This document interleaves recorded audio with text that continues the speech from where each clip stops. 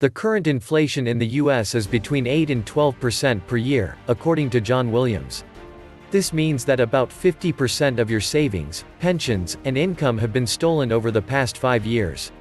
And transferred to a ruling cabal of thieves, crooks, scumbags, and degenerates of this world. Everything is rigged, and the Western world is now built on endemic lies as far as the eye can see. Truth and morality have been purged from America by the vilest and evil people on earth. The fake government statistics and the high stock market prices convince the sheeple that everything is okay. Even the consumer inflation data is bollocks. They consider useless discretionary crap, like biotech and tobacco. I don't buy biotech or tobacco. I buy food and pay for a residence. You know, the things that are increasing much faster than the official rate of inflation. That should be the only thing in the core CPI, food, and houses. Inflation is everywhere if you just bother to look. My health care is up 9% this year alone. It is eating away at my take-home pay and making me and my family poorer. Grocery prices are also rising each year. And my state and local taxes keep going up. On and on, I could go. If they're trying to hide it, they aren't doing a very good job at the grocery stores and gas stations. By the way, there are only 30 corporation stocks that make up the Dow Jones Industrial Average, and they ain't very industrial anymore. Life is full of facts we don't know or have simply forgotten. In a comment, a writer recently encouraged the curious to search hyperinflation during the Weimar Republic. Some of the details I discovered were surprising.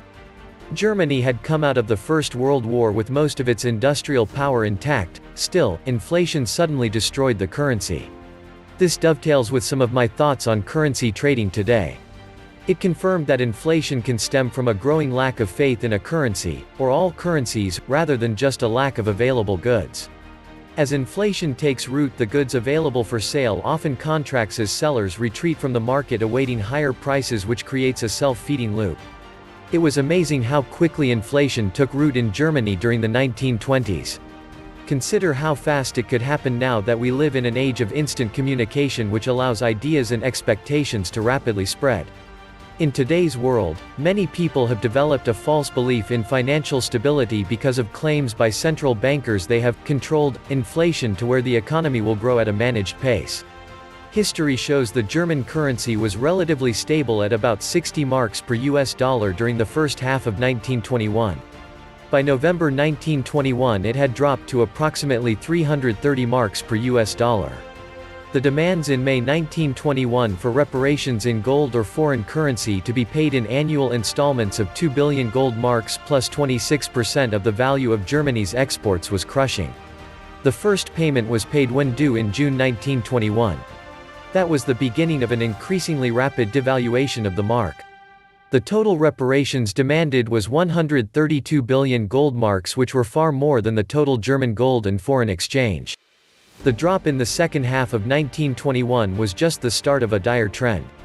In August 1921, Germany began to buy foreign currency with marks. This increased the decline. The lower the mark sank in international markets, the more marks were required to buy the foreign currency demanded by the Reparations Commission.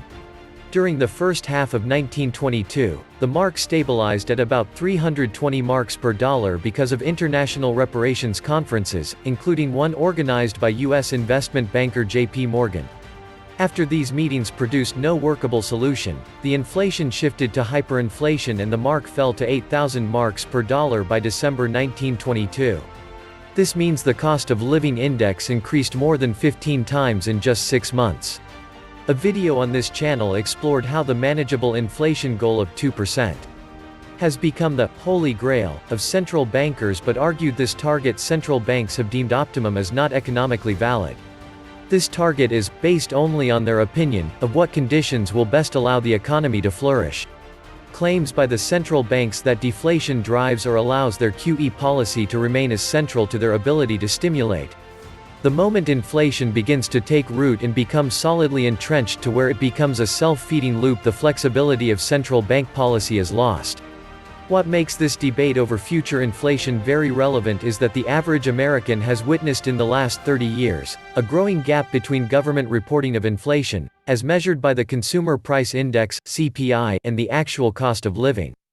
What the central bankers have conveniently brushed aside is that the formula that generates the numbers governments pump out was skewed in the 1990s when political Washington moved to change the nature of the CPI in an effort to reduce the federal deficit so nobody in Congress would have to register a vote that would harm the image of Social Security.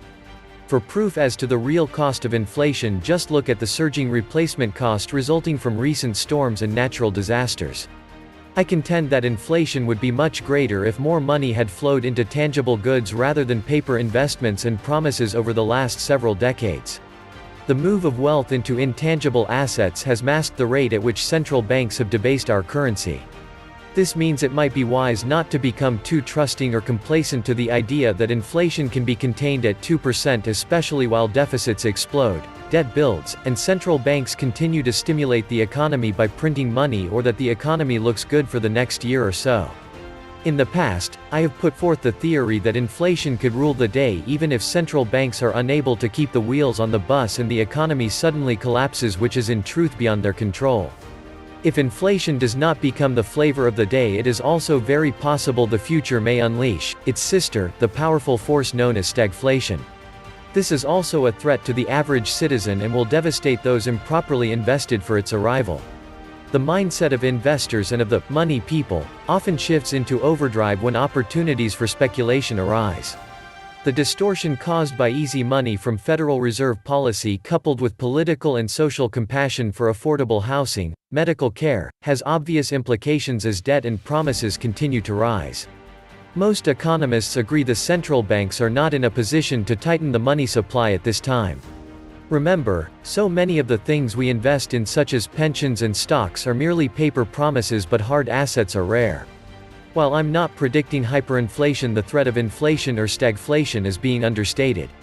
A word of caution: while hyperinflation does not often occur, when it hits, and the speed at which it can hit, is a massive game changer that can make bonds and many other investments nearly worthless.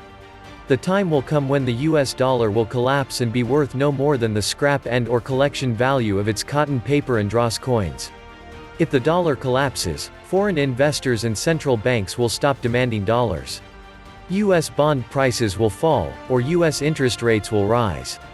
Mortgage and credit card rates will soar, sending the US economy back into recession.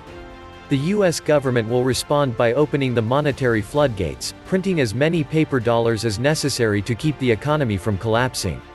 This surge in supply will send the value of the dollar through the floor. Prices for most things will skyrocket, and people whose life savings are in cash, bank, or dollar-denominated bonds will be wiped out. A collapse of the dollar will lead to a Mad Max-style anarchy scenario. Anything could happen, and sometimes countries experience unrest during a currency collapse and debt crisis. It will lead to a total collapse of society.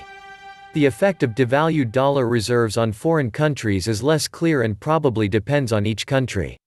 In case of a major systemic collapse, your best bet is probably to go for rural areas.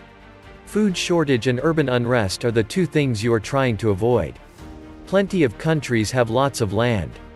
This was the Nomad Economist. Please like, share, leave me a comment, subscribe. And please take some time to subscribe to my backup channels. I do upload videos there too. You'll find the links in the description box. You will also find a PayPal link if you want to make a donation. Thank you wholeheartedly to all those of you who have donated. Stay safe and healthy, friends.